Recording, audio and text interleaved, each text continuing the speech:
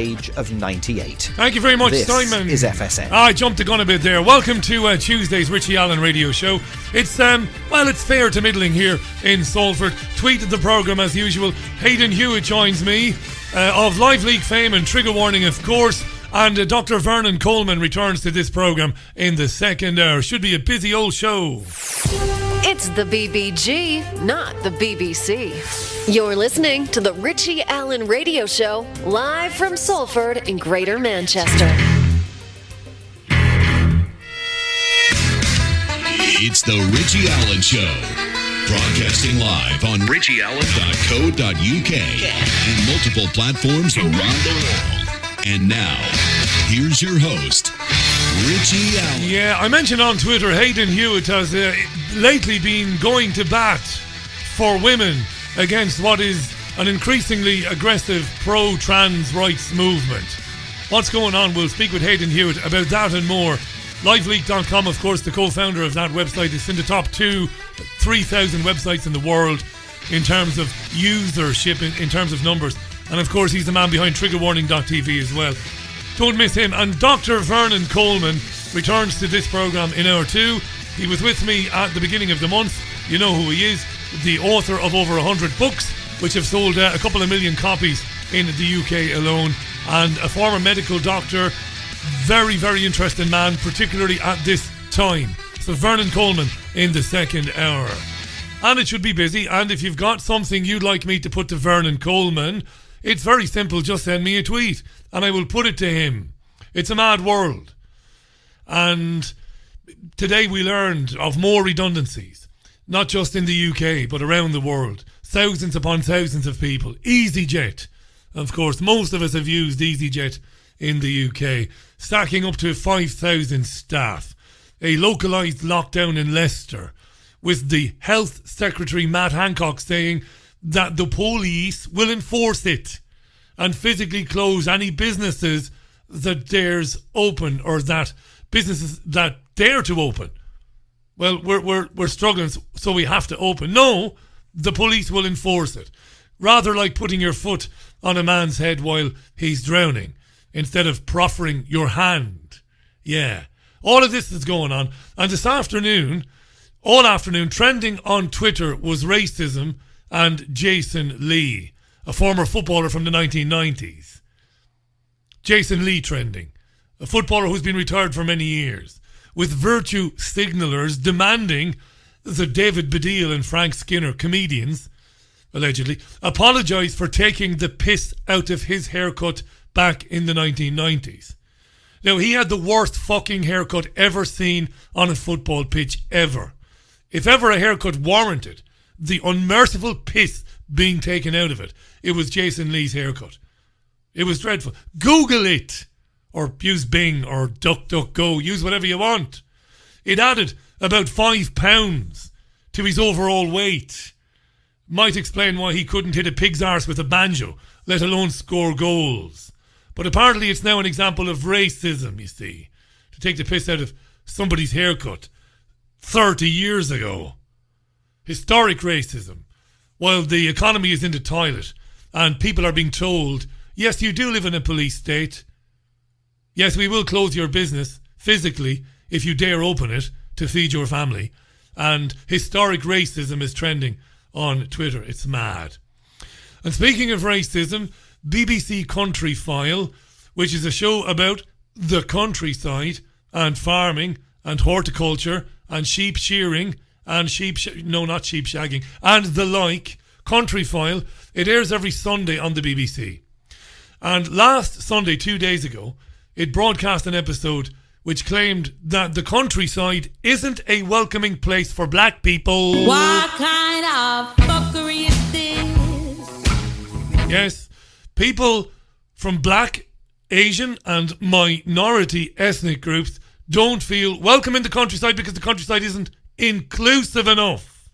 So, Country File sent a black reporter to the country to find out if it really is the hills have eyes, or ding ding ding ding ding ding ding. Is it deliverance for black people in the UK's countrysides? Well, this is a black reporter. Let's hear what he has to say. When I talk to people from the black and minority ethnic community, it's clear that they don't view the UK countryside as somewhere that's for them.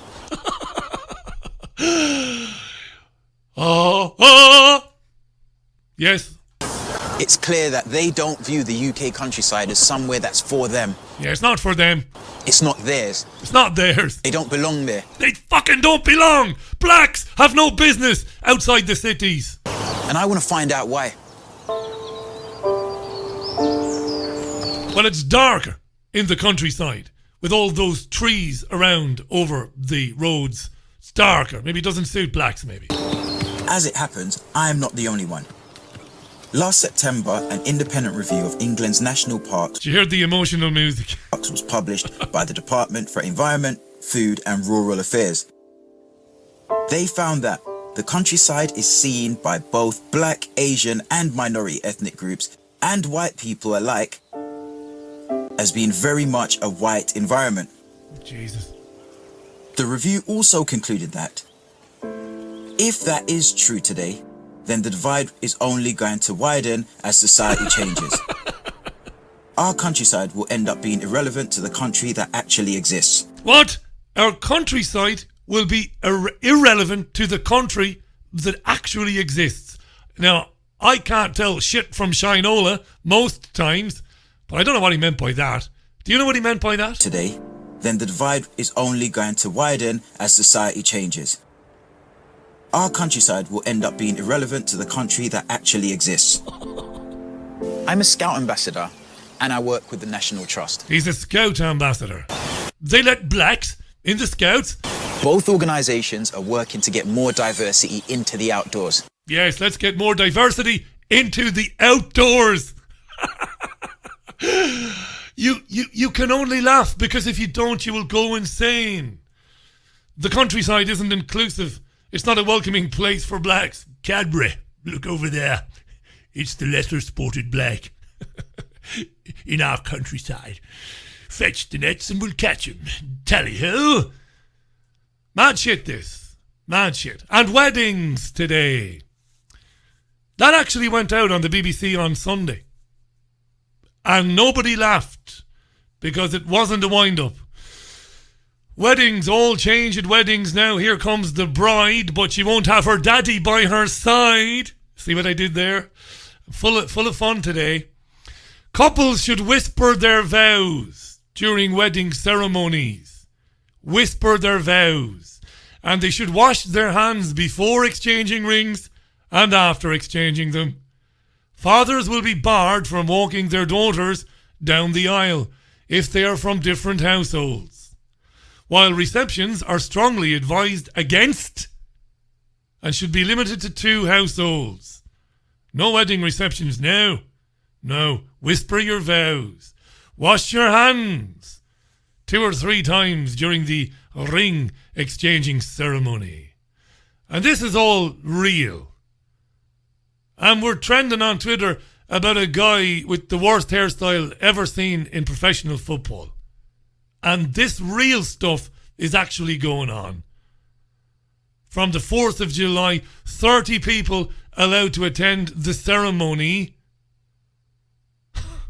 And the ceremonies will have to be conducted in the shortest possible time. I love it. Welcome, dearly gathered. How you doing? You. Yeah, you. Yeah, do you take him? Do you take her? Yes, I pronounce you man and wife. Now fuck off. Lovely. Singing, touching, and the use of instruments that are blown into, also banned. No singing because you project spittle. And you can't use woodwind instruments, no. And couples getting married are advised not to give their spoken responses with a raised voice. So whisper the vows. So if I ever do get married to the oft-mentioned future missus, it'll be fun, won't it? Imagine, how would that go? I should have got her to help me out. I should have brought her up here, up to studio, whispering the vows. I, Richie Allen.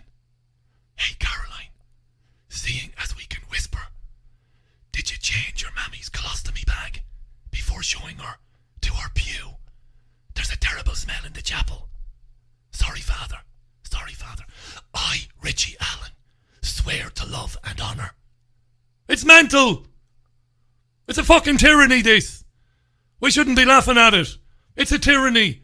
Politicians and the police threatening you. This is what you can do when you get married. Daddy, you're not walking your girl down the aisle. I bet you the feminists love that, though. I bet you the feminists are thrilled. Feminazis. And if we let them away with it, whispering your vows, washing your hands before the fucking ring is given to her, and then washing them again before she gives you her ring. If we allow them away with it, before too long, you'll be getting married. And this will happen. I come to claim the right of prima nocta. As lord of these lands, I will bless this marriage by taking the bride into my bed on the first night of her union. Yes, prima nocta will be invoked. Yes, prima nocta. I love Braveheart. I was rooting for Longshanks. I know, how could an Irish Republican root for an English king in Braveheart? I was rooting for him because he was so evil. Archers? But sir, we'll hit our own men. Yes, but we'll hit theirs as well. Loved a bit of that. I'll tell you what these localised lockdowns are all about, right? So they've told Leicester, no, you're not going for a pint on Saturday, and she's not going to have her highlights done. You've got to wait 2 more weeks. I'll tell you what these localised lockdowns are all about. They're all about making us beg for compulsory masks. So you dangle the reopening of pubs and hairdressers. Dangle it out there. There you are, eh? Pubs opening, eh? Hairdressers. And then withdraw it a little bit. Hang on there. Still a bit dangerous. And eventually we'll take anything. And they're going to say you can only have this partial easing of the lockdown if you wear masks all the time outside. So here's Peter Drobach, global health and infectious disease expert. He's head of some college or other at Oxford Uni. Of course he is. Sky News and the BBC use him all the time. Oxford's guy, Peter Drobach, talking to Colin Brazier about masks. And then you'll understand why I believe the localised lockdowns are to get us to go along with the masks. Have a listen. Would it help in terms of the collective psychology if there was a fiat from maybe from central government saying, look, now's the time to put on a face mask. We can dispute the sort of clinical efficacy of it, but just in terms of a message, of a strong message that it would communicate to the people of Leicester, it would be worthwhile.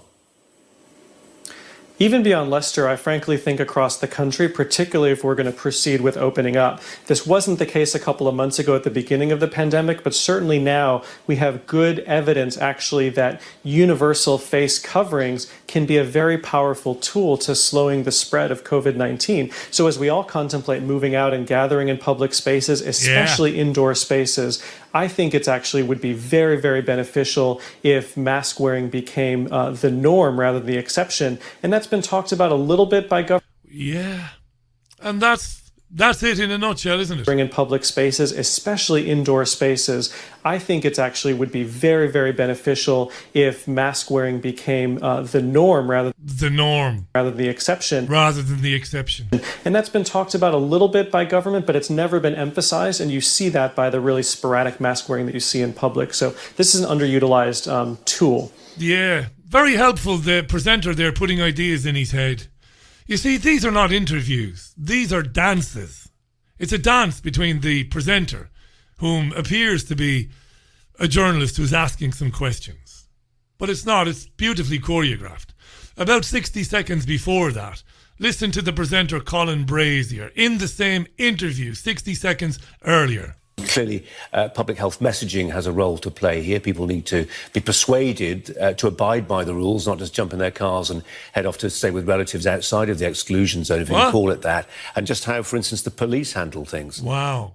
Clearly people have to do this. And then he introduces exclusion zone. It's all very dystopian, isn't it? Listen again, because it's important. This is the presenter now. He's supposed to be challenging this stuff. At least appearing to challenge it. Right? Clearly, public health messaging has Clearly, public health messaging has a role to play. Clearly, he says. Clearly, public health messaging has a role to play here. People need to be persuaded. People need to be persuaded. To abide by the rules. To abide by the rules. Not just jump in their cars and head off to stay with relatives outside of the exclusion zone. The exclusion zone, eh? Radio 5 Live this morning, Nicky Campbell, former 3-time virtue signalling champion of the world, still holds the world record for saying he always looks out for Britney Spears' well-being. Arsehole, Nicky Campbell.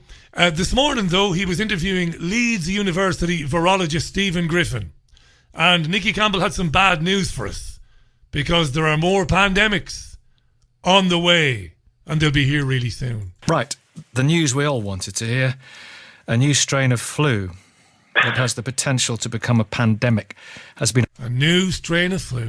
identified in China, emerging and carried by pigs. Lots of questions, of course, about the appalling animal welfare standards in China. And anyone who's seen how the pigs are, the pork is produced and pigs are kept, it's horrifying.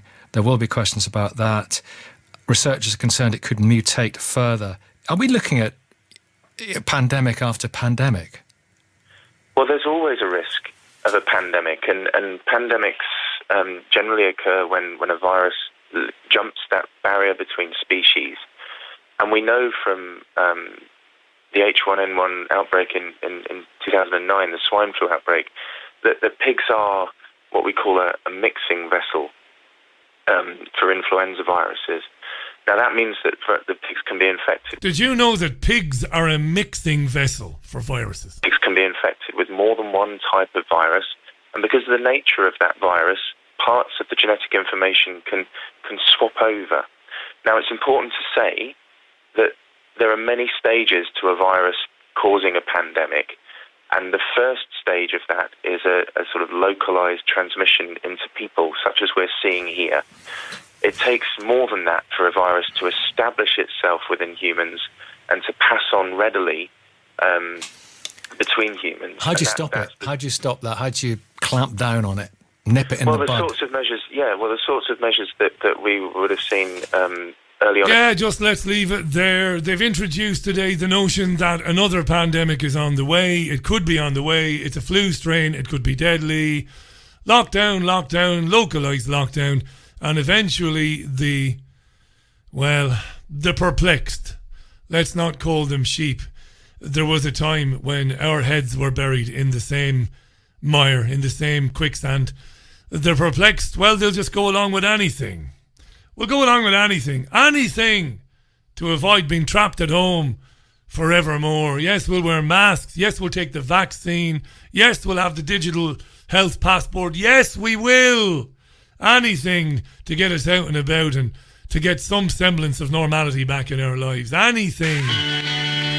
This is Elvis Presley on the Richie Allen Radio Show. Back with Hayden Hewitt. One of the best nights out I ever had in my life was in Marbella back in 2011. And I was lucky enough to meet several members of the TCB band. Ronnie Tutt, one of the greatest drummers of all time.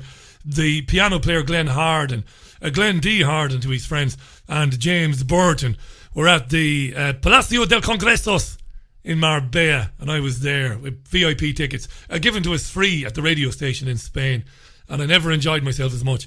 We also met Jerry Schilling, who was a bodyguard and a great friend of Elvis's for a long time as well. Great night out that was. Stephen King has waded into the row between women and some transgender activists. We talked about this briefly yesterday. I won't bore you.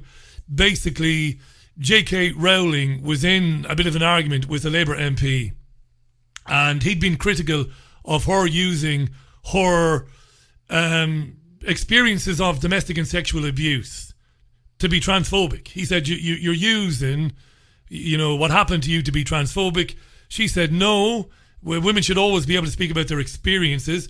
And Stephen King retweeted that. JK thought, oh, lovely, he's sticking up for me. She sent a very gushing tweet back to Stephen. A few minutes later, though, Stephen confirmed that, yes, trans women are women, and Rowling deleted her tweet. It's It's maybe more serious than my glibness might suggest this issue.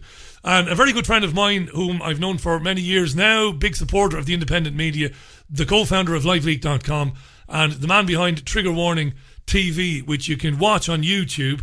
It's youtube.com/Trigger Warning TV. And that platform carries this program and many others as well. And he's been, not only has he been commenting and actively engaging people on social media about this, but he's also been doing a lot of research into it as well and other issues. So it's a big welcome back to my friend Hayden Hewitt. Welcome back. Hey Richie, thank you very much for having me. It's an honour to have you. Of course it is. It always is. What was Stephen King doing getting involved? I mean, there is an irony here. Both you and I are huge fans of King and we've read all his books and we think he's great. What's going on? I remain a huge fan of Stephen King. I don't care what his opinions on trans people are, but it's kind of, this whole thing's been brewing for a while, hasn't it? And as you know, I've done shows on the past about gender ideology and things like that. I've never paid super close attention because I didn't want to get involved in anything particularly. But a few weeks ago, I decided to get involved in a few things much more aggressively, shall we say, because it's not that easy to cancel me. So, you know, what's the worst it can do? Ban me from Twitter. Yeah. So we hosted the debate between Representative We Are Fair Cop and a trans activist. Very good, by the way. Congratulations. It was a brilliant Thank you. But I was biting my lip through that because I'm not used to not talking and telling everyone what I think. But I did that and I started paying more attention to Graham Linehan, the writer of Father Ted Black books, former beloved internet leftist personality and currently the Irish Hitler, as you know. And I decided to look into all of it a bit deeper, but including him. And I thought, well, there's a guy who was traditionally incredibly leftist, who I disagreed with on many things, but he's flushed his career down the toilet. Pretty much. Has he? Is it over? I mean, is it over for him? I'm a friend of the guy, but I'm going to imagine that he's got an uphill trek ahead of him. You know, I don't know the guy terribly well. So he could write the next Only Fools and Horses, but because of what's been going on, he might find it difficult. Yeah, I imagine the lovies probably wouldn't want to work with him. Wow. I mean, I spoke to a journalist last night. She's been in it all her working life, but because she spoke up about this issue, she's no longer getting commissions. This is someone that's worked for pretty big magazines, you know. People are frightened. So I looked at a guy who had flushed what is essentially a very lucrative career down the toilet after being tremendously left-leaning previously with the Gamergate thing and Count Dankula and other stuff. And then I had a proper look and I watched an appalling movement of bullying women. The most appalling harassment and bullying of these give us an example. TERFs. You know, trans exclusionary radical feminists, yeah. Which apparently I am one now as well. So I'm like the king of the feminists or something, I guess. There's a popular phrase, I'm sure. And I thought, well, I can't just stand by. I don't have much of a voice, but I can't stand by. And then I watch people being removed from Medium for gender critical articles. And I'm not talking about attacking trans people. We know there are people out there that just hate trans people for being trans. But then I look more into, after hearing some on the debate, how all these adult trans people trying to transition, trying to, you know, live their best life kind of thing, have to follow these rules. And there's so many obstacles in the way, and so many of them end up self-medicating, which is terrifying. Yeah. Because they're not allowed to get to the medication until they've lived as a woman, but to live as a woman, they have to access female spaces, which of course is a problem. Not because of most trans people as we might think of trans people, because they've been accepted for a long, long time. It's this creeping insistence that trans woman is a woman, which on the surface sounds perfectly innocent to some, but that's being applied to big hairy ass blokes that have got no intention of transitioning beyond saying I am a woman, and women don't want them in their spaces, and that's their business. But when they say that, they're attacked. So J.K. Rowling has said nothing anti-trans. She's not erased them. I hate that phrase. You're erasing my existence. I mean, come on. How? Yeah. If I had a button that did that, there'd be nobody left. Yeah. Not just trans people. Yeah, everybody. Yeah. Yeah, just start again. But J.K. Rowling was subjected to a level of abuse I couldn't even imagine. And Stephen King, like I say, he waded in and then waded right back out. Straight back out. When you wade in there, well, even on my level, let's say, I put up a post talking about the people that when Graham Linehan was banned. By the way, do you know his final tweet that he was banned for? Well, can you clear it up for me? Because I've heard 2 or 3 versions. Which one? Well, I've heard it from him. Men aren't women. Though, THO, that's the one, yeah. That's it. That was his final. Yeah. Now, some people said it's because he's been harassing people for years. But has he really, when you look through it? Yes. Granted, sometimes he can be a little clumsy with it, but the guy's passionate. What are you going to do? I like him, Hayden, but he's, in the past, he's campaigned fairly vigorously for people who might identify as white supremacists to be deleted. And he has. Yeah, well, here's the thing, though. I would love to talk to him about all that as well. Yeah. It in no way invalidates. No, it doesn't. Look, but it's important though, because hey, listen, you and I have banged heads over the years, me and you, about the issues that we don't agree with, and we always say, you and I, that no matter what people think, we would never delete them. So all I'm saying is, I'm certainly not saying, I'm not saying nah to Graham, but what I'm saying is, look, Graham, the old adage of they came for the Jews, I did nothing, they came for blacks and I did nothing. I know I'm paraphrasing it now, but it's important to keep it in mind, isn't it? And I imagine and again, I don't really speak to the guy much, but I imagine that there will have been some element on his road to Damascus of realizing the people that perhaps, he used to support and be around, because they sure as shit turned on him pretty quickly. So, I benefit of the doubt, but all I can look at is right now. I can't, like I say, I don't have to defend him. He's big enough and ugly enough to look after himself. But it gets me that someone has been so taken out of context. Then Rowling happened, and that was taken wildly out of context. The abuse continues now. Even she ran this competition for children to draw pictures for the book. They're just attacking posts on there. Well, what are you doing? This is for kids. And you click on the profiles, and do you know what? Most of them aren't even trans people. They're just blokes with beards who think they're allies. But at the end of this, if the pendulum swings back, the only victims at the end of this are going to be women and trans people, because those activists are just going to, pack up and go and look at somebody else. Find another minority to be their pet project to do as they're told. Now, Jean Ann Crowley, the actress, says it's misogyny by another name. This is it? Oh, not another name. It's just misogyny. It's plain and simple. It's blokes telling women what to do, and when a woman says I'm not comfortable with this, saying, well, shut up, put up with it, or you're evil. And that's the way trans woman is. A woman is now framed, because if you dare go, well, I don't see it that way, it's not even good enough to say, well, I'll treat you as one, I'll refer to you as one, that's fine, but I don't think of you as woman. Some I've had perfectly reasonable conversations with. We get quite a few watch the show. It doesn't matter, because I think the majority aren't these animals on Twitter that are running around cancelling everybody and attacking everybody. So I'm not surprised Stephen King said what he did. Maybe he believes it. Maybe he said trans women will win. I mean, he must be in his 70s now. I doubt very much he really believes that trans women will win. But even if he doesn't, I get it. So do I. Jeez, look, we know the consequences, The other night, so this is how I learned in my own small way. Over the years, I've dealt with more problems than these sort of pillow humping incels could ever give me. Yeah. But I was on there the other night, and I pointed out, I don't think Glenna is, Graham Linehan's necessarily evil at all. All humans are flawed, but he's absolutely spot on this, and stopped going on his site, because they all piled on his site after he was banned and flooded it with the most revolting pornography, misogynistic comments, racist comments. They were hammering it because they're just trolls. But because I said this, there was a little pile on me, which passed a couple of hours.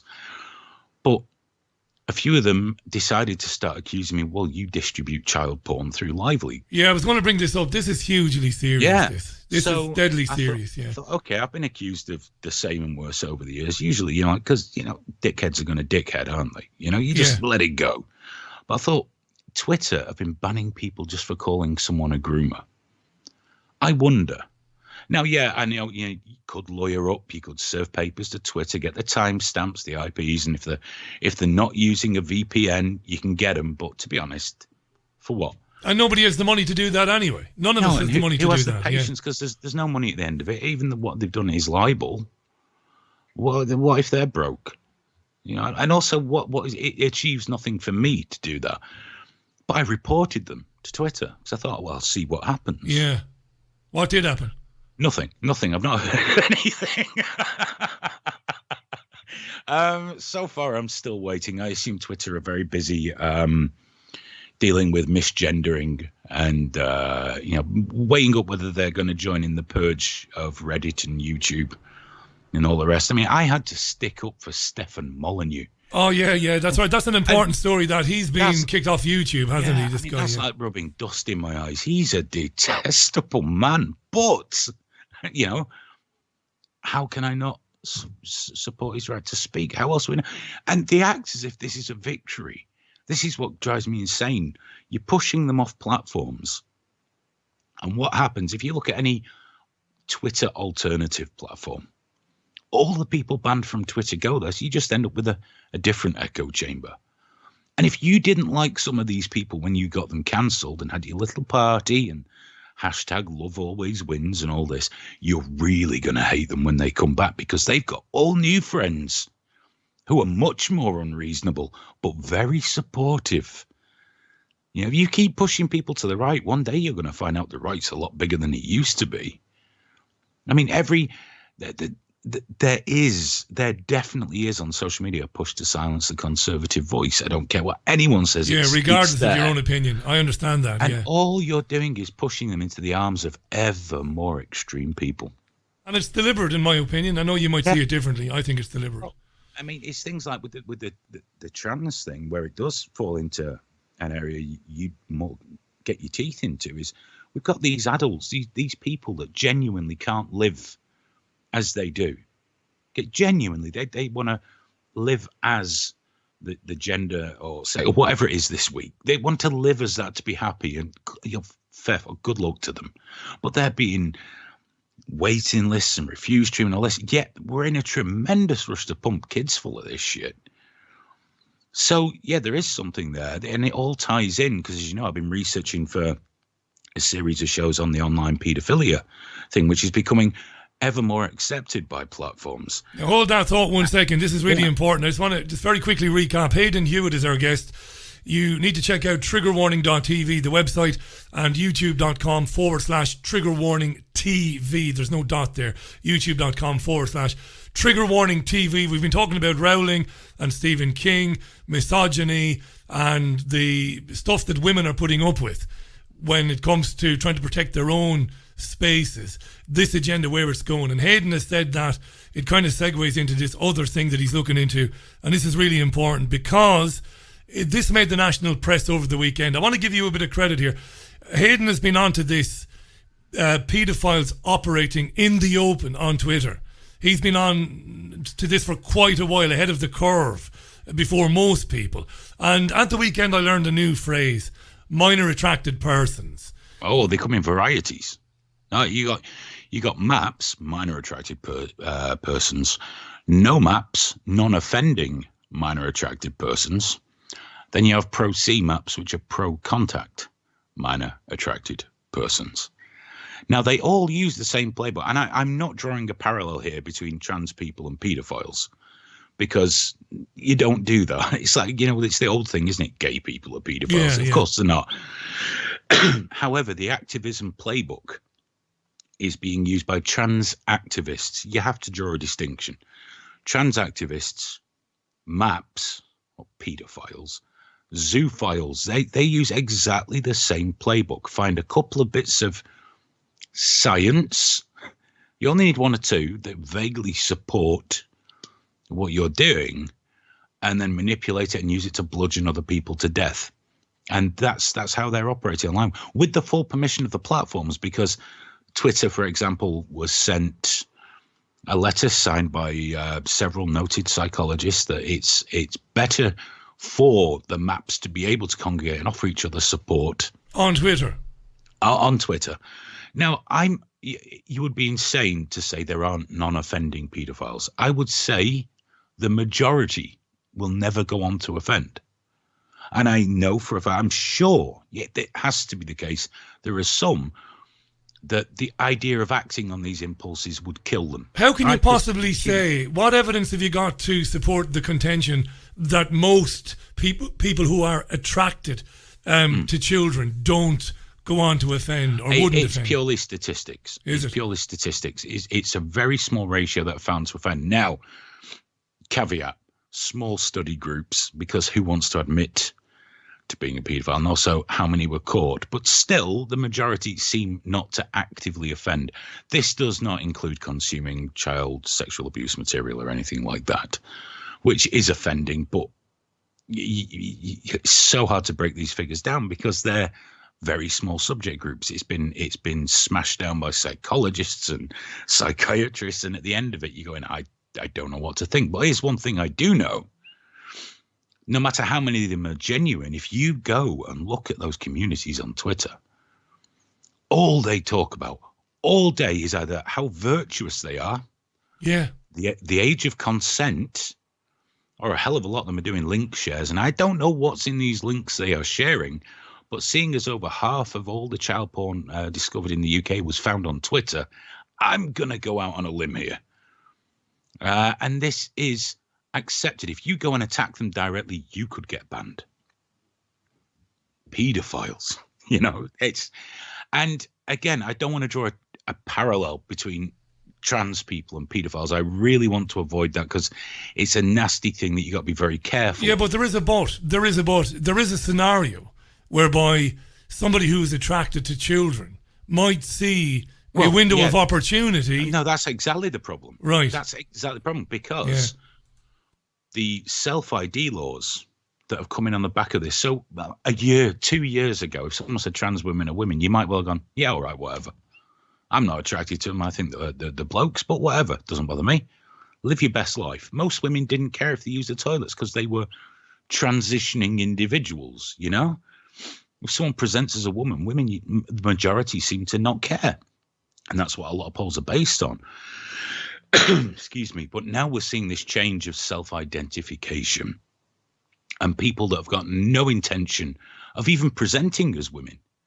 So if these laws that they want went through, and it was a very close call, I could go to swimming baths and say, no, I'm a woman. I'm getting changed in there. Now, some have said, well, people would go in anywhere. And there's a big difference between a voyeur or a rapist that forces their way in and carries out the act. They're criminals. You never stop criminals. If you expect laws only to be passed because it will stop a criminal activity, you're very naive. Yeah. But what this does is give them the permission to sit in there and go, no, you can't throw me out of here.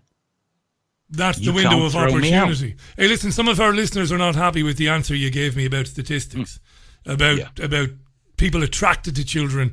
The majority wouldn't offend.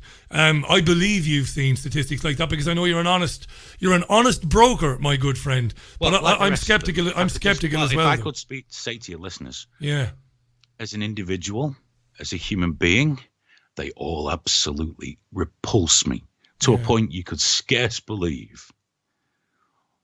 But I can only go by the figures that are available. That's all I can do if I'm going to try and be objective, which you have to be when you're researching, because you'll never learn if you learn subjectively. You know that, Richie. And you're right. If you look at the estimated percentage of paedophiles in society, if they were all active offenders, it would be far worse. Now, my contention, and I'm not a psychologist, is if we keep letting them congregate, it will get worse. If we keep letting them share in the open and want acceptance, then they get allies. They get allies, yeah. Well, these could be nice people. No. I don't care how nice you are. You're here putting hashtag Map Pride. Map what Pride, what have you got to be proud of? Go, But a lot of them, again, we're in this situation, aren't we? On a visceral level, you're thinking, well, just put them in a mincer, be done with it. But on a real level, it's very hard for them to get any kind of treatment until they've offended. Until they've broken the law. What? It's hard to push for more treatment because everyone's like, well, screw them. I don't want to help them. And it is difficult. It is difficult. But I cannot for the life of me see how allowing them to congregate in the open is helping anybody. Because here's the thing. Twitter is open to people from 13 up. And it hasn't addressed it. Pedophiles to mix with kids. Yeah, openly. It's like if you were an alcoholic and I said, here's the keys to me pub, will you look after it for a bit? And you're telling me today that the platform itself, Jack, or whatever the bloody hell it is, hasn't addressed this at all, hasn't responded to it? No, they did. They directly changed the rules to allow it. To allow it. They directly altered the rules on the site. I think it was a year or two ago. I should have it in front of me, but I've been on other things the last couple of days. But they directly altered the rules to say discussion of these things, providing you don't glorify it, is perfectly acceptable. They carved a niche for paedophiles because these psychologists sent them a letter recommending it. And then you look into these psychologists, so some of them have got connections to organizations that you wouldn't want involved in anything. And it's like what? Give us an example. It's very dark. But there's one in California that I'm looking into. I'm not going to name them just yet. Okay. I don't want to trigger them just yet. But the organizations where, let's say, they make out that they are for the protection of children, yet their board of directors, they're specialists. None of them are child protection experts. None of them. And the deeper you get into it, the filthier it gets. And when you talk to journalists from, let's say, Canada, who have volumes of information, but they daren't utter it because they live in Canada, they would be screwed into the ground. So this reach is really quite deep. It's not like Pi. It's not like Pi at all, because Pi was all chips in, all chips in. No, they have a plan. There is a distinct plan of attack for small outrages, back off, push further, distract, push further, use this language. A paedophile manifesto was posted on Reddit, so you can take that with as many pinches of salt as you like. However, whilst I don't believe pedos are all reading this manifesto, they're following it. So someone's been telling people, and someone's influencing people, and there is this push, again, to make it acceptable to be a paedophile because it's a sexual urge that you don't control. In Germany, today, the police there gave a press conference. Well, it sounds very silly of me to say the police in Germany. But the national police said today they believe that one particular network in Germany might have as many as 30,000 people involved in it. I believe that. No problem. From what I've seen online, I've got no issue. One network of people sharing images of children. Well, then you see them have a debate. You see them have debates and some of these are the more moderate ones. Moderate paedophile, Jesus wept. You see them having debates like, well, should you go to prison for watching child porn? Now, for me, yes, you should. Yeah, absolutely. Of course you should. But they're working for ways, and as ever is the case, like with the trans activists, the majority of trans people are not full-blown activists that attack every woman that disagrees with them. But there's always people that go further. With paedophiles, there seem to be a larger proportion of them because they're more driven by a sexual urge, as opposed to a need to be something else. And they are really on it, Richie. I mean, if you engage them, they're not stupid. These are cunning, manipulative liars. And our children being sexualized in our primary schools, Hayden. I have to poke them with sticks to react to the brighter ones. They always do, every time. but it takes a while. And they're happy. Are some of these people expressing, I think we talked about this before, I know you're investigating this for future programs. Will some of these people appear with you and talk about it? Not so far, no. Not so far. But I'm hoping one will, because, you know, I'll show them. It's not like I'm going to bring someone and just scream at them. Yeah, of course. I know. That's why I asked, yeah. It would achieve nothing. But at the same time, as weak as this sounds, if one said they'd come on, I'd have them on. But I also have to think about, will I be able to? You know, I'm a father. Yeah, but you're a professional. You can do it. Let me ask you this. I've got because we've got about 5 or 6 minutes left. This is really. I'm glad we scratched the surface of this with you, because this is an area of research that you've been looking into for quite some time, and I know the listeners of this program will be following this now from now on in. Many of our listeners follow you anyway, but this is so important. Look, I've had people on over the years, some of them with not the greatest amount of empirical evidence, but others with a lot of evidence.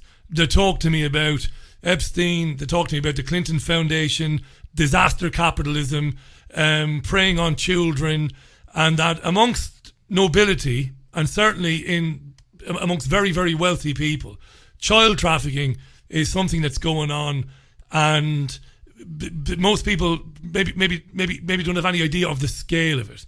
I believe it is a thing. That's an area that I've been reading about for a long time, going back to the Franklin Credit Union scandal and the famous ITV documentary. That was not a hoax, that was going on. Lawrence E. King was trafficking children all around America, the most powerful black politician in the United States at that time, from that orphanage. I believe it's going on. I believe there's enough evidence to support charges being brought against the Clinton Foundation and people working for it. We know that Oxfam and some of these other major charities, this is huge, isn't it? Child trafficking. It's massive, what right? They'll do is they'll throw the odd sacrificial lamb to the press every once in a while. And it'll never reach the likes of Bill or Hillary. Oh, or any of these no, people. why would it? I mean, you know, the powerful all around the world indulge in whatever their passions are. And, you know, with a lot of people, to reach the top of anything, you have to have the ability at least to switch your empathy off. In most businesses and things like that. And people who can switch their empathy off are people that are terrifying, because they're also known as psychopaths. Psychopathy is, of course, that's genuinely a spectrum. But imagine you're a position where you're someone that's switched off the empathy, clawed to the top of your league, and you want to satisfy yourself. You've tried everything. And you think kids are like kids. You start, and no one can touch you. And if you're untouchable, what's going to stop you? It's going to escalate. You're going to look for people that are like you. You're going to bring other people into it. But what doesn't help is when you get these, you know, the theories about, the tents were set up in New York, they're pulling all the tunnel children out. And all, that's just running cover for them. Because it's never that adventurous. Have you ever noticed that? Even with Epstein, it was never. He just bundled them onto a plane. Yeah, took them somewhere. Stop looking for the James Bond answer to everything, because they don't need to hide it. They'll do it in plain sight. Because we're too busy looking for the hollowed-out volcano with the man stroking his white cat in it. This stuff goes on in plain sight, and you can't deny it. It's not a conspiracy theory. It's right there. And every once in a while, have you noticed how we only ever find out it's dead politicians that were at it? Yeah. Of course you have. Because they're the ones you can just, there you go, have that. Leon Britton losing the Dickens dossier, as you do. You're given a dossier with the names of, you know, high-profile politicians. I think the Edward Heath stuff is a slam dunk. I think that those who have given testimony about that, Heath himself didn't murder those children. I don't believe he did, but children were killed so they would never speak about what happened to them on the Morning Cloud. It wouldn't surprise me. Yeah. You don't have to be a conspiracy theorist to give this stuff headspace. You know, why do we believe that somehow that people above us are virtuous? Because all the evidence suggests the opposite in almost every aspect of life. And if you give bad people a lot of power, they do a lot of bad things. We should not be surprised, and yet still we hide away from it, because I think a lot of it is people don't want to see it. And some people want to see it too much. Yeah. And start connecting dots to suit themselves. And like I say, that's every bit the distraction that the press ignoring it is. I saw a very interesting interview with Robbie Williams. I think he spoke to Anna Brees. She was on this programme before, former ITV journalist. Does some interesting stuff. She does some interesting stuff. Other stuff not so interesting. But she interviewed Robbie Williams, which is a bit of a scoop, really. And as far as the satanic stuff goes, I think Williams has heard enough and seen enough that it goes on. I want to say this. The types of people, and this is not an Irish Republican speaking, this is a human being speaking. I believe these noble classes, these moneyed classes, old money. I think you're bang on when you talk about lack of empathy. I think you make a very good point. But there's also a class of people that are sadistic. These are the types of people that engage in rituals, like putting squabs in people's buttocks until the pigeons die. Weird people. And again, this is, I'm not segueing off into a mad dimension here. There's a lot of sadism. And of course, I interviewed a couple of years back. I sound like Raymond from Rain Man. Of course, I interviewed. I interviewed, I can't remember his name now, but a very well-known man who wrote a book about his own experiences in boarding schools. And this wasn't 10-year-old children doing unspeakable things to 10-year-old children. It was older boys doing unspeakable things to children in boarding schools for sadistic purposes. And that would, Well, it goes all the way through. I mean, I'm not going to name names because it's a bit pointless at this time, but a friend of mine, his son, was in the Royal Guards. He was only about 19, and he bumped into a very high-profile politician who said, you and your friend must come and see me. I'll introduce you to some people that will progress your career. And he happened to get in touch with me. And no, don't go anywhere near these people, whatever you do. 19 years old, you're still a kid. You're still a kid. They had nefarious purposes. Why would someone in their late 60s, early 70s want anything to do with a fresh-faced 19-year-old squaddy fresh from home? No, it's riddled with it. And, I'm not sure about the whole satanic thing because I don't think religion's got a lot to do with it. But do they do sadistic practices? Of course. Of course. If you're going to be willing to rape a child, you're willing to do pretty much anything that comes into your mind because you've got the power. You've got the power and you can get away with it. So you're going to do it. And that's exactly what they do. And it's going to carry on. And it's going to carry on as long as it's ignored by the mainstream and as long as we completely overshoot the target on the other side. It's a bit of a lose-lose on it. I'd love to have something more positive. Yeah, but you're only beginning. You've been ahead of the rest of the independent media on the emergence of paedophiles on social media and minor attracted persons and all of this nonsense. So it'll be interesting to see what you manage to find out in the coming weeks and months, because it's hugely important. I have a... And just remember, Richie, if I fall off a boat and drown, I hate the fucking sea. I'd never have gone near it. They killed me, all right? The irony, huh? The Clinton body count, Hayden Hewitt. The man who said the Clinton body count was a conspiracy. No, you never said it was a conspiracy. No, I never said that. You never did. I said I didn't know. You didn't know. There's a big difference. A lot of people get offended when I say that, and I don't know why. I'm just being honest. Because you're a gatekeeping shill. We both know that. Yeah, that's the way it works. We know that, but in the minute there's a problem. There's a contractual muddle between the Israelis, the Russians, and the patriarchy. So I'm not getting paid, dude. I've got to make my own way. But I think, because I'm going to have to go for tea in a minute, but I'd like to leave you with something to cheer you up. By the way, folks, that's as Manchester as it gets. I'm going to go for tea.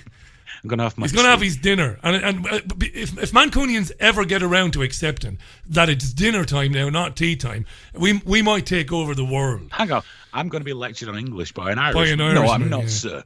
Yeah. No, how dare you? Tea time it is. I just want to leave you with something that will make you happy. Go on. If you're feeling down, and this goes for your listeners, if you're feeling down... If you mention Liverpool, I'll kill you. Go on. No, I'm not mentioning Liverpool at all. If you're feeling down and that the universe is trying to crush you and nothing goes right, just have a think about all those grown adults looking at those Harry Potter tattoos on their arms and they're in tears. They're in tears. Enjoy it. Where's the Brillo pads? Where's the Brillo pads? I'm sure I can get rid of this tattoo with a Brillo pad. Listen, mate, brilliant work you're doing. And there's more to come in terms of new platforms. We'll talk about that in due course. Into beta this week, closed beta. Yeah, it's great. Hopefully later this week for about 50 people, and we'll see how that flies. Legend, are you on later on? I know Thursday's a big show. I'm planning on it. I really want to. it's just up in the air at the minute, depending on what I can get done. And I want to spend time with the family. But it'd be nice if I don't do it, Graham will. Brilliant. Oh, and also I've got to say, love Graham. Got to give Graham Booth. 7:00 over on Trigger Warning Radio. It's Natalie's metal show. Yes. The interlude. I was going to plug it later on. Natalie I'm Stacey. just getting right in. No, it's good. Yeah, no, I'm glad you mentioned Natalie it. said, if you like metal, you'll adore that show. It's awesome. Metal is the devil, Hayden. But no, it isn't. And she's brilliant. Thank you very much. You're a top man. Triggerwarning.tv, liveleak.com, and youtube.com/Trigger Warning. Go and have your tea. Cheers, mate. Take care, fella. Speak soon. Bye for now. That's remarkably important work he's doing there. Not just the investigation of the misogyny coming from these crazed activists, trans activists taking on women and invading women's spaces and trying to change the paradigm around what it is to be a woman. Dangerous stuff, this. Of course, the impact it has on children, but also looking into the normalisation of paedophilia and how Twitter is getting involved in that, right? Right. Thanks to Hayden Hewitt. 2 minutes past the hour. I know in my heart of hearts that Dr. Vernon Coleman will phone me in a few minutes. It has to be that way. Vernon is guarding his privacy jealously because he's taken a lot of hits because of the things he's written about and said, not recently, but over the years. So how it works is he phones me from an unlisted number, which leaves, for radio producers and presenters, it's a precarious place to be.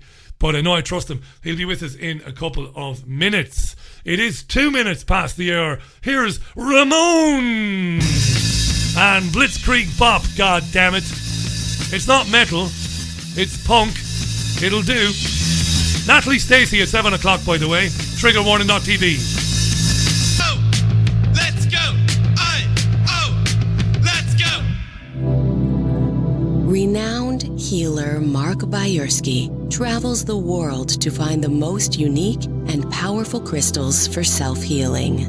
Since the ancient times, crystals have been used as healing tools. They hold a natural healing vibration and are highly charged in positive energy. Mark teaches how to channel the universal energy and transfer it to the crystal to activate its healing power. Each crystal is used for its unique ability to target a different physical or emotional challenge. Mark Bayersky is an author, healer, speaker, and founder of the Pure Energy Healing Academy.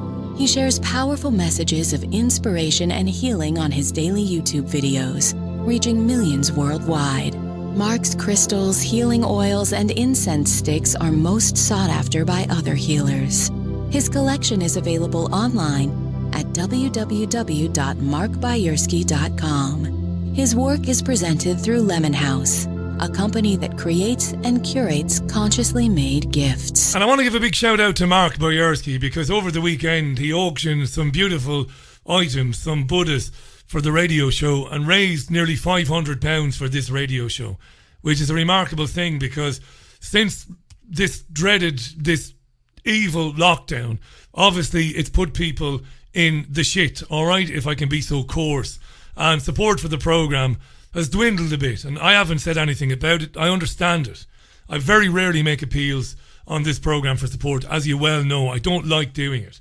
And Mark has been incredible. Not just this time, but over the years, he's been remarkable in his support, not just for this programme, but for other programmes as well. And he ended up, I believe, drawing 17 names out of the hat, and he gave 17 different things, prizes, beautiful items, healing items that he's sending out to people who listen to this programme. And just a big shout out to him for doing that. He was very, very, very supportive, of course, as well, of Hayden and Graham when they lost their equipment in a breakdown. Thousands of pounds worth of equipment was stolen from them in North Manchester some months ago as well. So Mark Bayersky is genuinely an angel on earth. The guy can only do good for people, and I love him for it. So markbayersky.com, do check him out. He's a terrific guy. It's exactly 6.5 minutes past the hour. I'm thrilled that my next guest has agreed to come back on the programme because I really enjoyed speaking with him when he came on around about 3-4 weeks ago. He is the author of over 100 books which have sold 2 million copies, more than 2 million in this country alone. And those books have been translated into 25 languages. He was for many years a general practitioner, and he wrote about medicine in the national press in the UK as well. He has a medical degree, of course, isn't working as a GP anymore. But what he has been doing is he has been broadcasting via YouTube to hundreds of thousands of people who are desperate to hear something other than the tripe, I would say, that they get on BBC, Sky, Channel 4 and ITV. And he's been incredibly courageous about that, I think. And his YouTube channel, you need only look for Vernon Coleman. If you haven't come across the channel, do go and watch it. It's remarkable. It's brilliant. It's it's life-changing, I think. And I'm glad to welcome him back to the programme today. Dr. Vernon Coleman, thanks for giving us your time again today. Welcome back. My pleasure. Nice to be with you. I've been watching your videos since I heard about them, going back several weeks. And of late, your videos, I suppose, they've got very provocative titles. And that's not a criticism at all, far from it. But titles like, Vernon, your government is trying to kill you. And obviously it's a very eye-catching, a very attention-grabbing headline.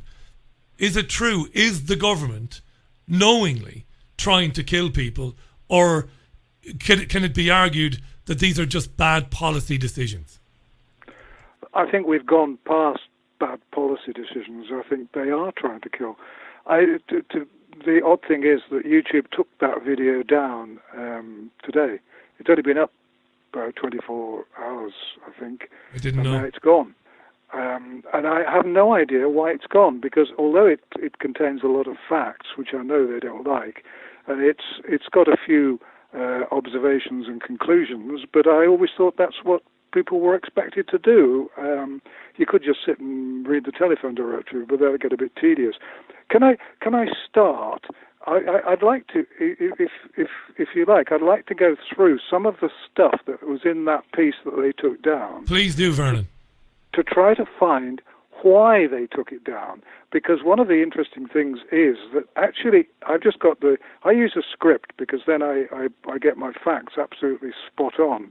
And I actually said in that video, if YouTube takes down this video because I have said the unsayable, it won't change the truth. You can't banish the truth just by hiding it. The one big truth that almost nobody in the mainstream media ever mentions are the figures. Yesterday, or was it the day before, I can't remember, the BBC website, I always put gloves and galoshes on when I go to the BBC website because it's such an unpleasant place. But I went there, and their headline, screaming at me, was the number of coronavirus infections around the world had reached 10 million. Now, this was clearly to show us what a dangerous and infective disease the coronavirus is, and the COVID-19 disease that's produced. Now, if you go to the World Health Organization site, for which I have equally little regard, but which does actually accumulate figures reasonably well, if you go to the WHO website, they will tell you that last year, 1 billion, that's billion with a B, 1 billion people caught the flu. Now, a billion is obviously 100 times bigger than 10 million. And the significance of that is that if you look at the death rates, forget about our numbers actually and infective numbers, the key is the death rates for any infectious disease. And the death rates for the COVID-19 and for a fairly ordinary winter flu are pretty well the same. Now, anybody who doubts that has to simply look at the paper that was written, I think it was in the New England Journal of Medicine in March by Fauci, Dr. Fauci, who you always see standing near to Donald Trump whenever he's talking about coronavirus, because he's a lead member of Trump's coronavirus team. And Fauci wrote in a paper which he published that he thought in the end the death rates from the two diseases would turn out to be much the same, 0.1%. And since then, numerous doctors have come to exactly the same conclusion, that the death rates between the two are much the same. The difference is that the flu seems usually to attack and infect an awful lot more people. And remember that the 1 billion is just the people who were reported as having the flu. Now, you might say, well, the number of people who've died from the coronavirus is very high then. But did they die from the coronavirus? I don't think so, and nor do a vast number of doctors. The number of people who actually died from the coronavirus is much less. And, of course, you have to take out of the equation the number of old people who died in care homes because people were sent from hospital suffering from the coronavirus into a care home where there was nobody there able to look after them. You would not send somebody with raging flu into a care home. It would be considered fairly stupid. But they did that with coronavirus patients, and in many parts of the world, the people in the care homes, who weren't registered doctors, nurses, or anything else, the people in the care homes ran away. They were so terrified. In France, 40% of the people working in care homes ran away. And many of the people who died in care homes died because they didn't have anything to eat or drink, because they were lying in bed, unfed, not given fluids, and they died. Now, that's one part of the argument of the piece that I wrote saying your government wants you dead, because I think when you deliberately send huge amounts of people with the coronavirus, or even not with the coronavirus, into care homes, having terrified the life out of the people working there, you're going to cause a lot of deaths. Because, as I said, the people working there were so terrified, they wouldn't let relatives or friends in, they wouldn't let anyone come and look, and they were, in many cases, sadly, so frightened that they didn't provide food and water for the elderly people they were supposed to be looking after.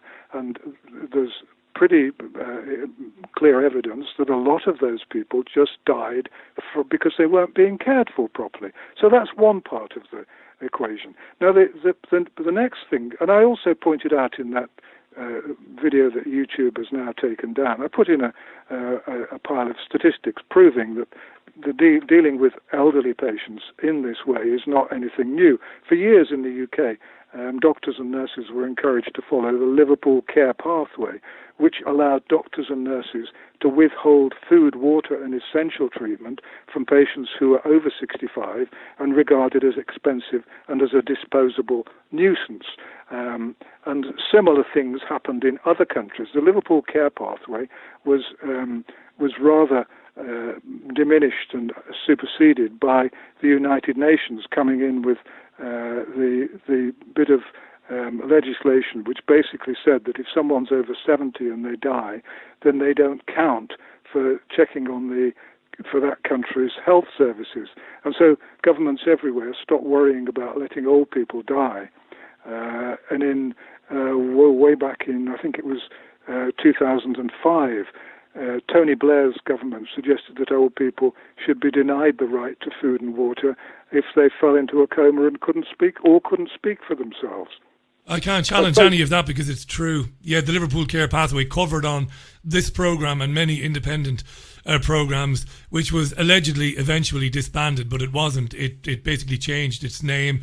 I can't challenge what you said about the United Nations and over 70s because it's true. I'm just making this point, Dr. Coleman, because some listeners will be screaming at me to go after you and challenge it, but I won't because I know it to be true. I've done my own homework before you came on the programme today, and I did watch your video. So the elderly being moved to a box labelled pretty useless, don't worry too much about them, that's been ongoing for 30 years. Maybe longer. It has. Yeah. Well, yes, it has, and it's just foul, to be honest. And then the United Nations, as I say, came in with this bizarre instruction that effectively meant that people over 70 didn't count when healthcare systems were being assessed. I'm just looking through the script of the piece I did that's just been taken down, and the only contentious bit is the bit where I wrote the utterly loathsome Blair is after all now one of the world's richest war criminals. I don't believe in capital punishment, but we should bring back the death penalty just for him. And I suppose maybe YouTube didn't like that. I don't know. I resigned from my last Fleet Street column because of the Iraq War, because of the paper wouldn't let me print a criticism of the Iraq War, and I think that still lasts with a lot of people. The rest of that piece that YouTube took down argued that was it a pure accident that countries everywhere did this? What a coincidence it was that administrators, hospital administrators all over the world, they did exactly the same thing. So either everywhere in the world they're hiring completely stupid healthcare administrators, or it was a plan. Now the other thing, as we know, is that the number of people who are now being denied healthcare because hospitals have shut, and in many places hospital departments are still shut because of social distancing and absurd lockdown laws. The thing is that the hospitals were shut, and now I think 2.5 million people who should have had treatment for cancer, some of them whom were halfway through their chemotherapy, and some of whom required surgery, many of whom required tests. It's fairly reliably estimated that by the autumn, 10 million people in Britain will have been lost on the waiting list. Now, how are hospitals ever going to catch up with that? The answer is they won't, and that an awful lot of people are going to die because the hospitals were shut by government policy. Now, why did let me just jump in there, Doctor. Let me just jump in there, because if the Health Secretary, Matt Hancock, was here now, and of course he isn't, and he wouldn't be, but he would argue that he's been going on national television now for several weeks telling people that hospitals are open, and young doctors like Alex George and people like that, celebrity doctors, have been on ITV morning programs saying, look, we are open for business, don't be worried, don't be scared, come and have that treatment that you need. That's what they would say. Well, I know hospital departments that aren't open, so I'm sorry, we'll have to disagree on that. I'm not going to name them on the radio, but I do know of hospitals and hospital departments that definitely are not open. I'm not saying you're wrong at all. You know, I'm not saying you're wrong. I'm saying they would argue that if they were here, they would say we're asking people to come back. I'm certainly not challenging. No, I understand. You know what I'm saying? You're right to do that. God, that sounds patronising. I didn't mean to say that. No, it doesn't. No, I understand you. The thing is, we knew. I first wrote on my website that this was a hoax. That was the title of the first video I did in March. Was calling this a hoax because it was quite clear then that Ferguson was wrong, and that all the scary predictions of 8 million people having the coronavirus in the UK, or having COVID-19 in the UK, and hospitals being absolutely crammed, and having that it was quite clear that that was nonsense, and that the government made the decision then to do all these things, and one of the things which happened was that hospitals were shut. Now, even if hospitals are, for the sake of argument, accept that hospitals are all open now. I don't believe they are, but let's just say they are all open now. They've been shut for much of March, April, May, June. So that's 4 months. So for 4 months, there's been no care. And now people are so terrified that even if hospitals are open, a lot of people aren't going there. Now, hospitals shut for that length of time, what that means is that an enormous number of people are going to die because of the lockdown. And once again, in March, it was patently obvious that what they were doing was going to kill far more people than COVID-19. And this is exactly the same all around the world. And I've written that actually the results of Ferguson's lockdown advice, which was given to America as well, is that because the economies have been shut down, as well as hospitals, the number of people who are going to die as a result of this is going to be measured in many millions, not just because of the people who've died not getting hospital care, but because of the vast numbers of people in places like Africa who now aren't going to get the food and the support that they need from the West, because the West's economy has been trashed. And so support and aid for those countries is going to be absolutely massacred. And the result is going to be that vast numbers of people in those countries, in developing countries, are going to be dead. And that's all a consequence of what's happened. But go back to the hospitals and the people who haven't been treated. If you say the government either made a huge mistake and continued with a huge mistake, and I'm not the only person who's been saying since March that this was a wildly exaggerated remedy for a disease that we at the time could see was not the plague, and which now the evidence is perfectly available that it wasn't the plague, because you've only got to look at the figures. In a bad year with the flu, 650,000 people die in the flu season. Now that's a hell of a lot more than have died globally from the coronavirus now, including all the people who didn't really die of the coronavirus, but died because they weren't given postmortems or because they were thought to have. Doctors were signing death certificates and saying this person has died from the coronavirus because they had a cough or because they sneezed, not because they were ever tested, because they weren't. And people who died of almost anything for a while, in Italy, I think the figure was that over 80%, this was admitted by the doctor, I haven't got his name in front of me, but in Italy, you can check it up, it's on my website, but the doctor there said that over 80% of the people who had been put down as coronavirus deaths didn't die of the coronavirus, they died of their comorbidities, they died of the other serious diseases they'd got. Can I ask you a question on that? Dr. Vernon Coleman is our guest, vernoncoleman.com, and Vernon can stay with us for as much of the next half an hour as he likes. This is hugely important, and it's not happening anywhere else in radio in the UK today, and that's not a boast about this programme at all. It's disgusting that he's talking to me and he's not talking to BBC Greater Manchester Radio. This is a disgrace. But anyway, here he is, a qualified man, a man who served his time, written best-selling books. VernonColeman.com is his website, medical degree, successful general practitioner. I want to, just a couple of things I want to go back to, because I am getting some stick on Twitter for not challenging certain things. Now, I'm a notorious interrupter. And I challenge when a challenge is warranted. What you said about Fauci earlier on is true.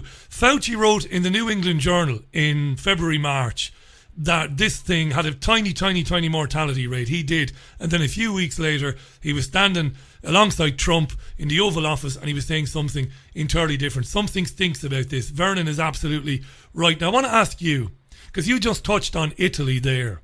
How often over the years in your practice did you meet somebody in poor health, somebody who didn't look after himself or herself, somebody with chronic asthma or bronchial problems, and you knew, doctor, that a bad virus could be the end of them? And I want to touch on that because you never hear this on BBC or Sky or ITV. You know, how many people were in seriously bad shape anyway, that any virus, any nasty flu, you know, could turn into something that would do them in for good. And how many times over the years did you see people like that in your own practice? Many.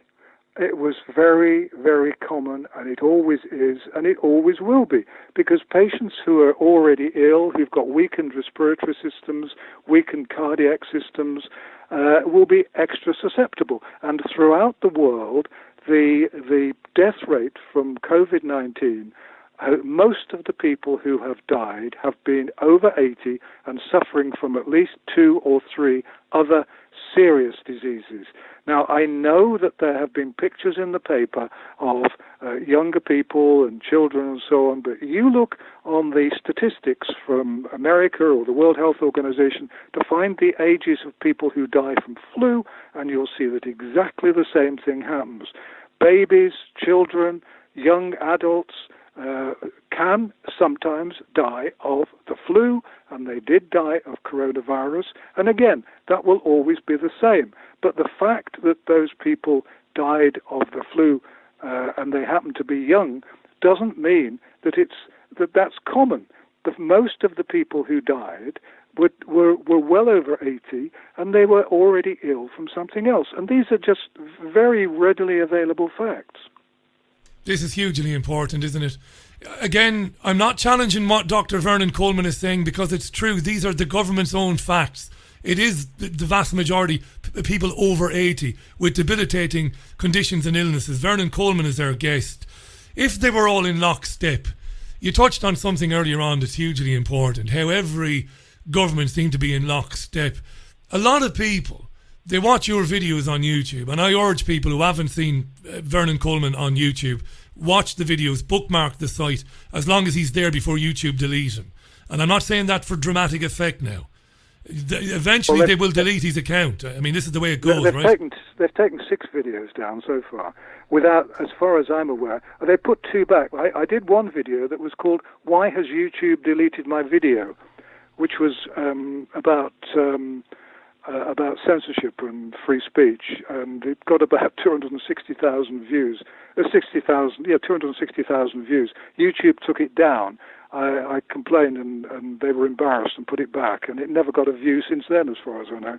Presumably, I don't know why. There you go. They do delete channels. Listen, this is certainly not about me, but about 3 years ago, this program had a channel. We had nearly 100,000 subscribers, and I interviewed a conspiracy theorist in the United States of America. I challenged everything he said. I argued with him. I kept interrupting him. Did my job, but the channel was deleted because of it, because it was about a mass shooting in America. And the guy had a theory about it.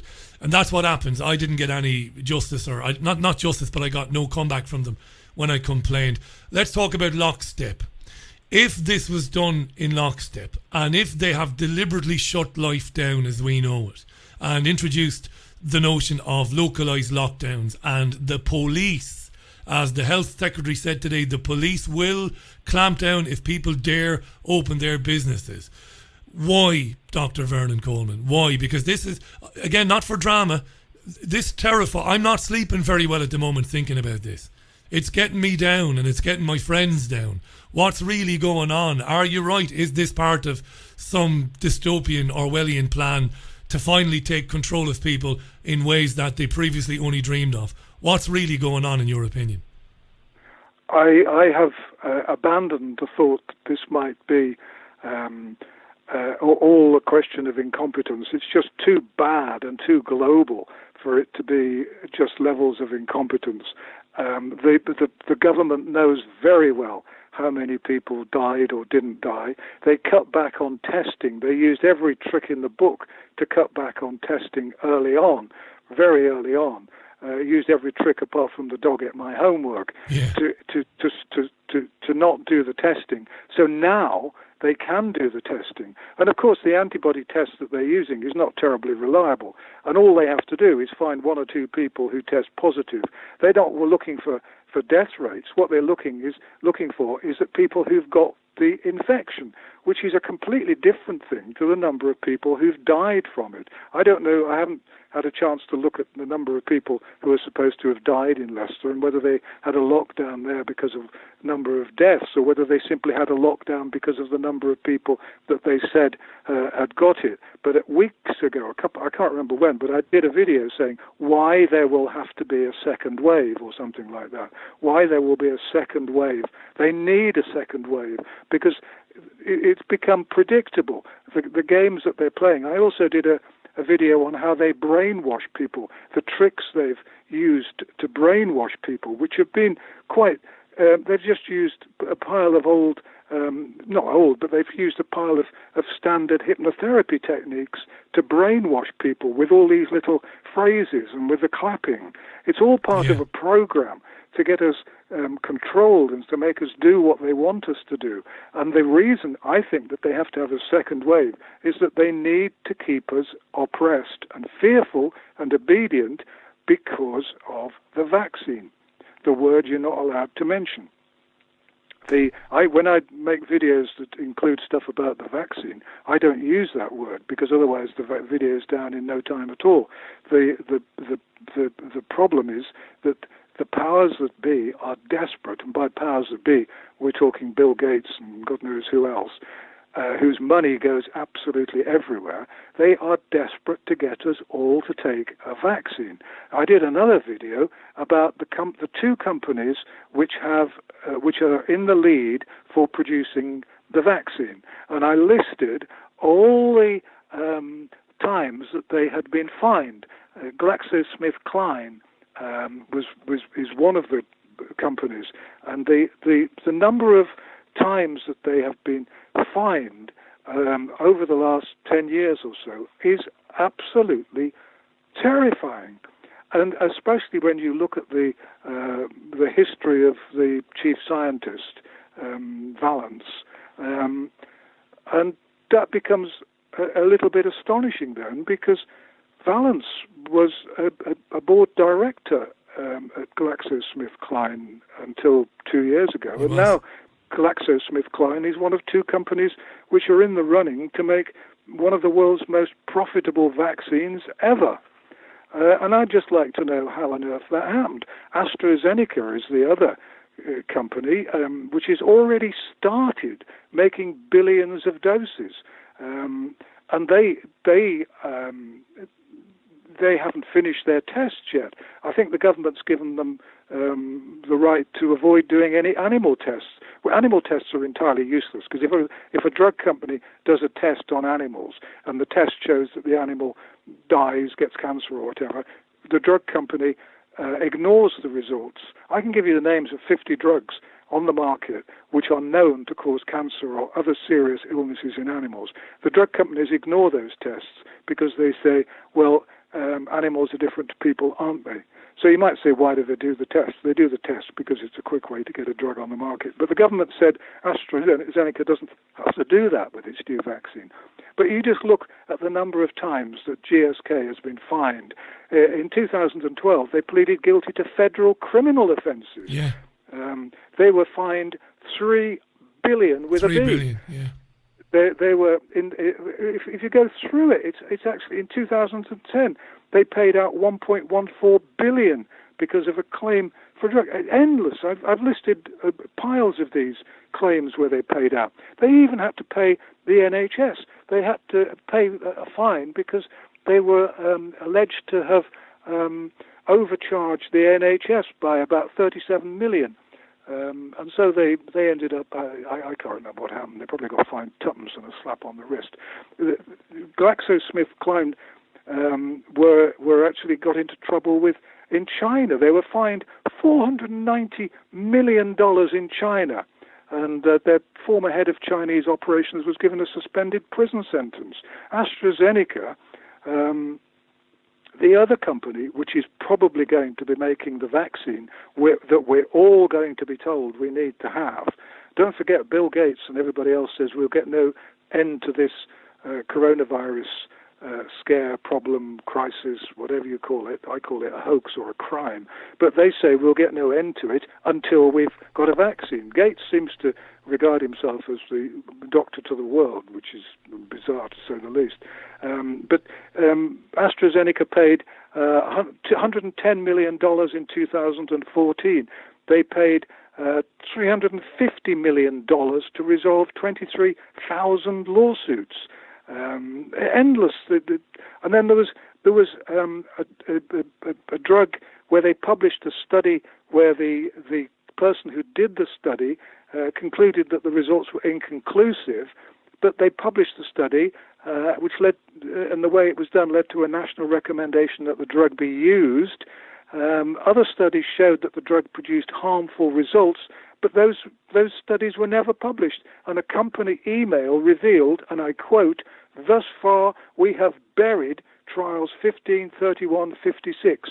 The larger issue is how do we face the outside world when they begin to criticize us for suppressing data," close quotes.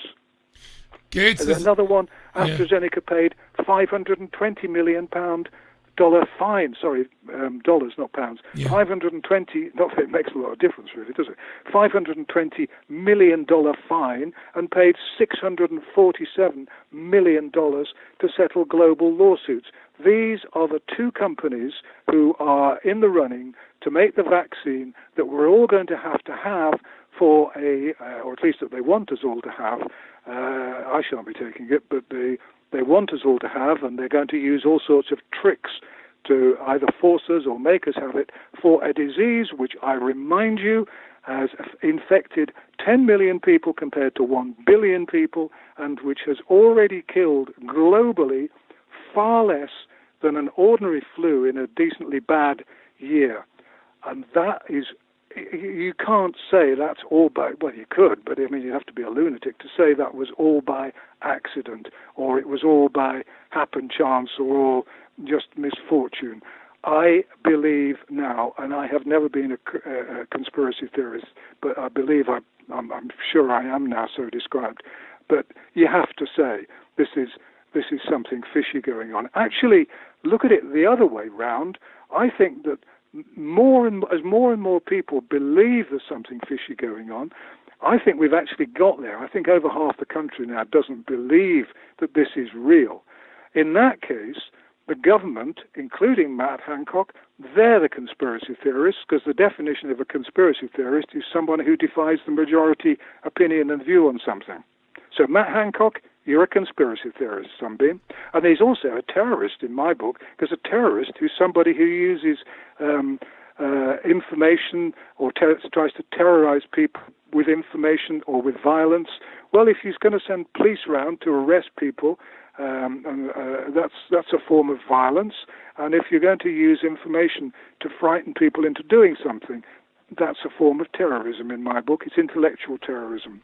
I think we can turn the books on them. I think we're going to win this, and they're going to go home with their little tails between their legs. I hope you're right. I mean, listening to people in Leicester, I hate to be the one to throw a damp cloth on your positive feelings there, Vernon. Dr. Vernon Coleman is our guest, by the way, vernoncoleman.com.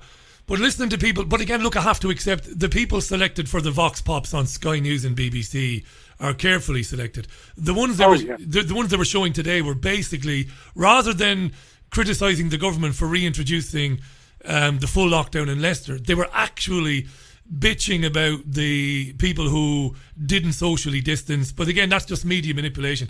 I want to just it could very well be, media. I want to just briefly about Bill Gates, because on your YouTube channel, I mean, it's viral. Your YouTube channel, you're getting hundreds and hundreds of thousands of views there. It's a huge success, and I'm so glad it is. You talked about charity. Here's a couple of things about Bill Gates that people don't know, or maybe they don't know. The great scientist Vandana Shiva, who's been on this program in the past, Indian woman of great intellect, has said that through chemical fertilizers and GM foods and seeds, Bill Gates is the greatest threat to farmers in the developing world. A group called Global Justice Now published a report last year which made it into the mainstream media amazingly, and said that the Gates Foundation, far from being a neutral charitable strategy, it's actually about benefiting big business, especially in agriculture and in health, through its ideological commitment to promote neoliberal economic policies and corporate globalization. And you mentioned earlier on the donations.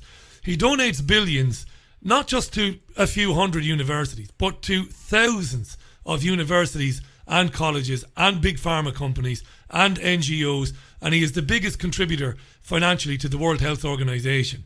And I've actually coined a phrase. I don't coin very many phrases, Vernon. I'm not the brightest spark in the tinderbox now, me, to be honest.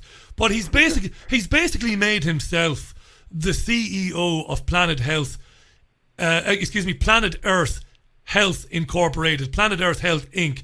And you've touched on this in your own videos. Through charity, he's ingeniously figured out how to shape public policy globally through funding and getting involved in various charities. And it's astonishing, really, isn't it?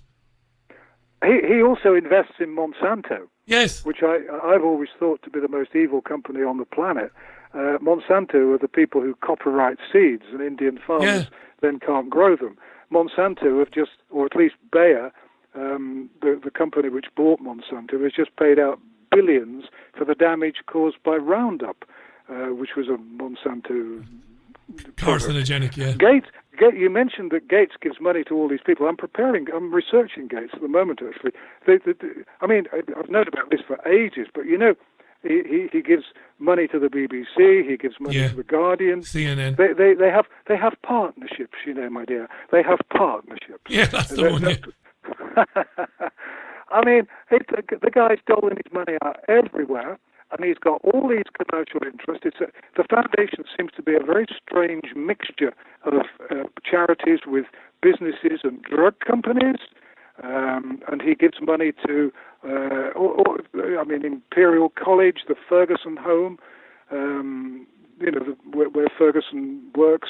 Every time you look at something that looks a bit funny, you look at the list of sponsors and patrons and co-partners and whatever else you want to call it. Bill and Melinda Gates, Mrs. Melinda Gates. Why do these people think they've got the right to tell people how they should run their lives? Yeah. She was the other day, Melinda Gates was saying that they were going to press for black people to be put possibly at the top of the list when the vaccine comes out. Now, I don't think this was part of the knee stuff, and it wasn't. Maybe it was because there's some evidence that people are more likely to get the coronavirus than white people. I noticed that. I think in early April. Vernon, the line has gone really bad there. I'm wondering, is there any possibility, because we've only got 10 minutes left anyway, is there any possibility you might disconnect and reconnect to me, because your line has gone very scratchy? I wonder, is there some interference on it, if that's at all possible? Quite likely. It happened when I used to do radio on the BBC. I'll ring you back. Thanks, Vernon. Yeah, and we'll have 10 minutes then. Vernon Coleman, the line's just gone bad there. VernonColeman.com. Great to have him on the programme again, back with us. He was with us in early June, early this month. Covered quite a lot there. We've got about 10 minutes left. He's talking about Bill Gates, and he's talking about research that he's doing. Presumably this will be presented in a future YouTube video. I know there are a lot of comments on Twitter there and a lot of questions. I think we're covering pretty much everything. I hope that's better, Vernon. I think it might be. Yeah, that seems better to me. Oh, thank God for that. You were just talking, before the line went bad there, you were talking about Gates, and I know you said you're looking into Gates for a future video. I've just got to mention this before you come back in, and you can have as much of the last 10 minutes as you need.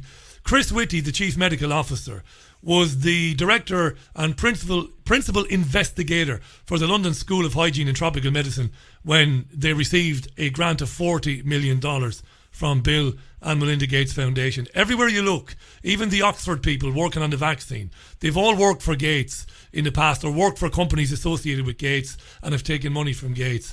He's absolutely everywhere, this guy, isn't he?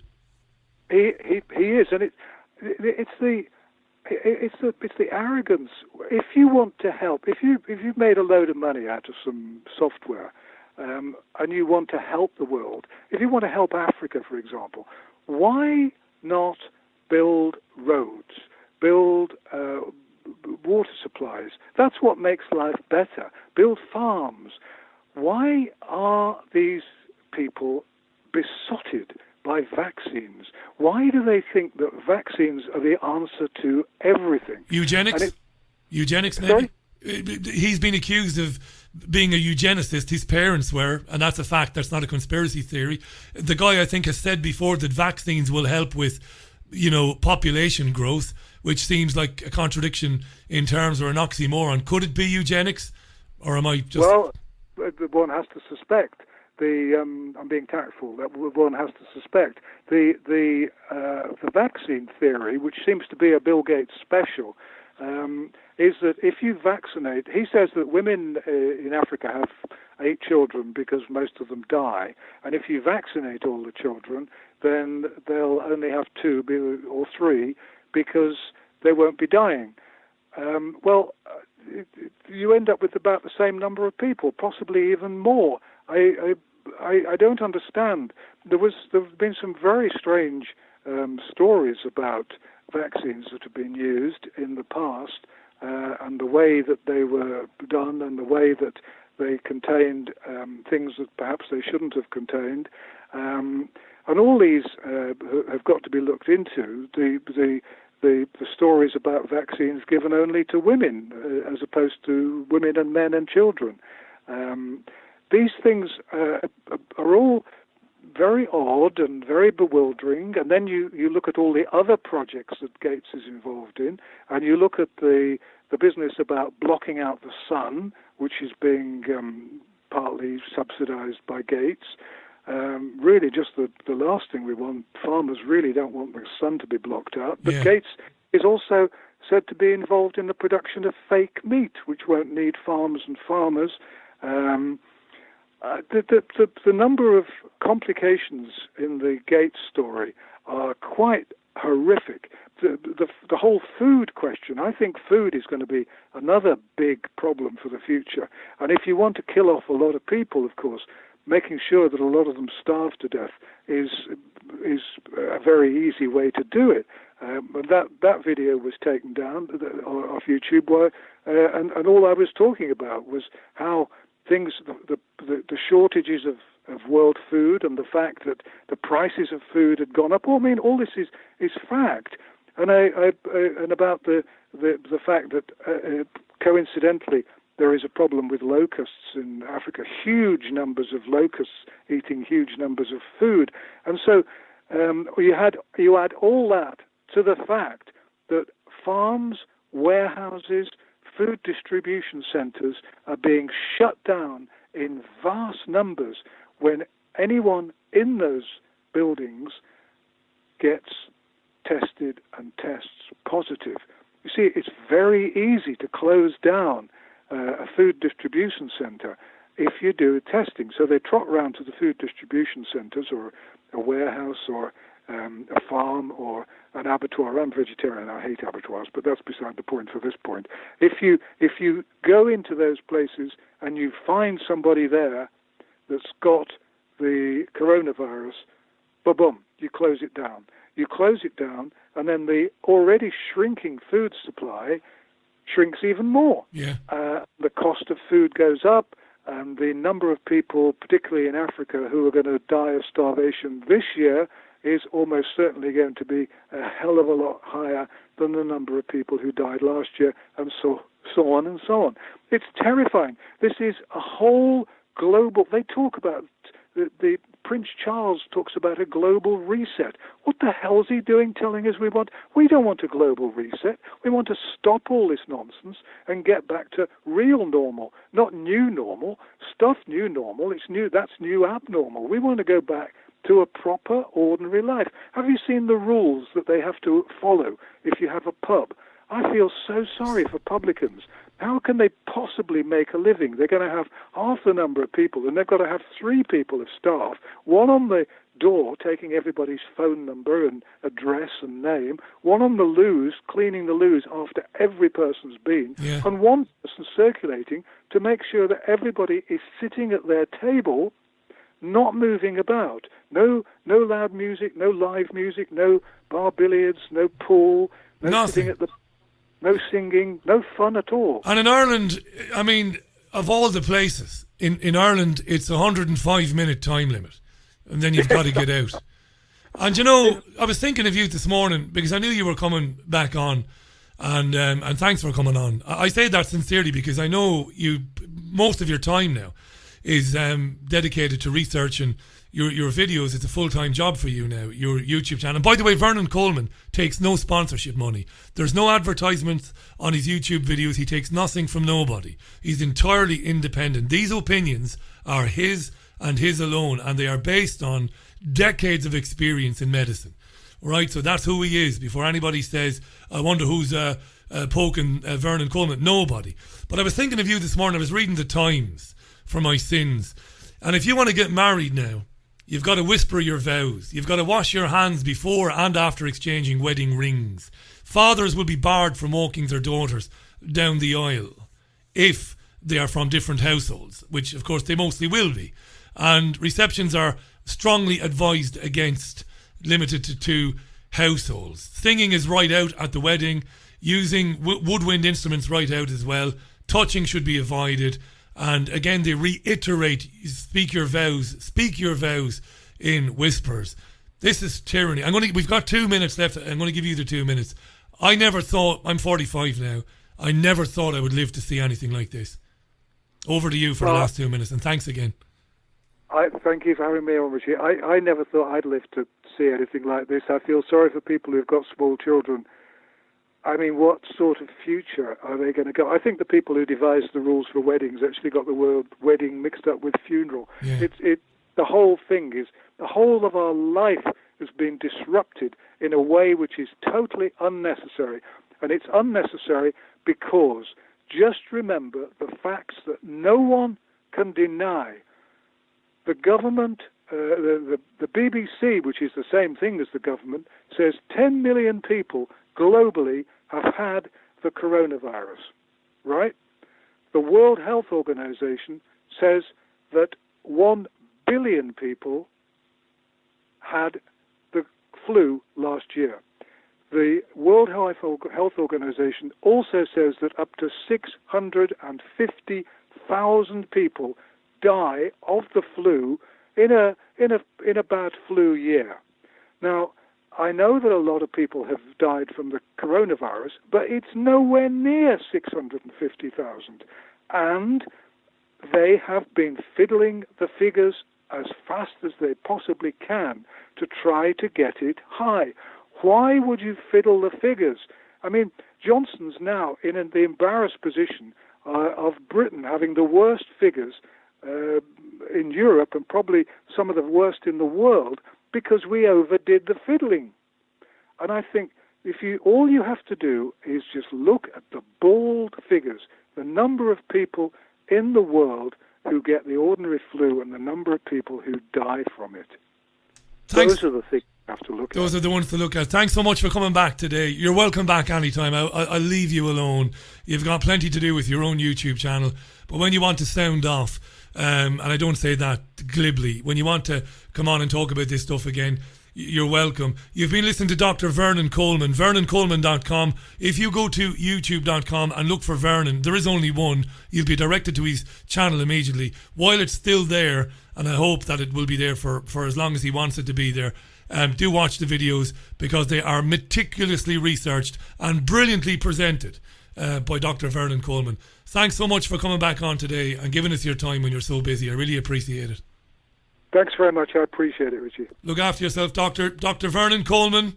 And he's taken some flack over the years for having the balls, and I don't use the word balls lightly, for having the courage to speak up on these issues. Not just this, but we talked earlier on about Iraq, and he's had a lot of courage over the years. He's got a lot of courage, you know. And fair play to him. And I'm glad he came back on this programme today. We're nearly done. Thanks for your tweets. I know we got dozens and dozens and dozens of tweets with questions. I think, bar one or two, I think we covered pretty much everything there. It's I genuinely can't believe it. You know, if you've known me, if you've been with me through my own alternative media journey, you'll know that I very rarely over-egg the pudding, as my great friend Jean Ann would say. I don't do that. I try not to do it. I try to be fairly mild-mannered in my approach and fairly level-headed. This is fucking tyranny. You know, to threaten people that you'll break up their wedding receptions if there are more than 2 households full of people there. This is a fucking tyranny. It's all right to laugh at it in a monologue and take the piss out of it, but it's reality for people. I saw a tweet from a guy today, and the emotion poured out of his tweet, saying that he's cancelling his wedding, that there's no way that he's going to subject himself and his bride-to-be to that fucking nonsense, that fucking garbage of whispering your vows and washing your fucking hands before you exchange the rings. And daddy can't walk you up to the altar if you're actually living in your own apartment, or if you happen to be living with the man you're going to marry. Where's the outrage? You know, where's the outrage? 'Twould only take 1 million people to march on Westminster, to march on Whitehall, peacefully. No weapons, no pitchforks, no fucking torches. Peacefully. To tell these people, get the fuck out of those buildings and be gone. Once and for all. Because we're not going to live like this. In this fucking crazy world. Where you can lose your job for saying that men aren't women, though. Where you can lose your livelihood because you have an opinion that somebody doesn't like. And now you're told you have to be subjected to house arrest whenever they say that, oh, there's a disease, there's some antibodies floating around in the fucking sky. Where they can use words like frontline and refer to people as disease spreaders, like we're the enemy. It wouldn't even take 1 million. There's no army big enough to withstand that.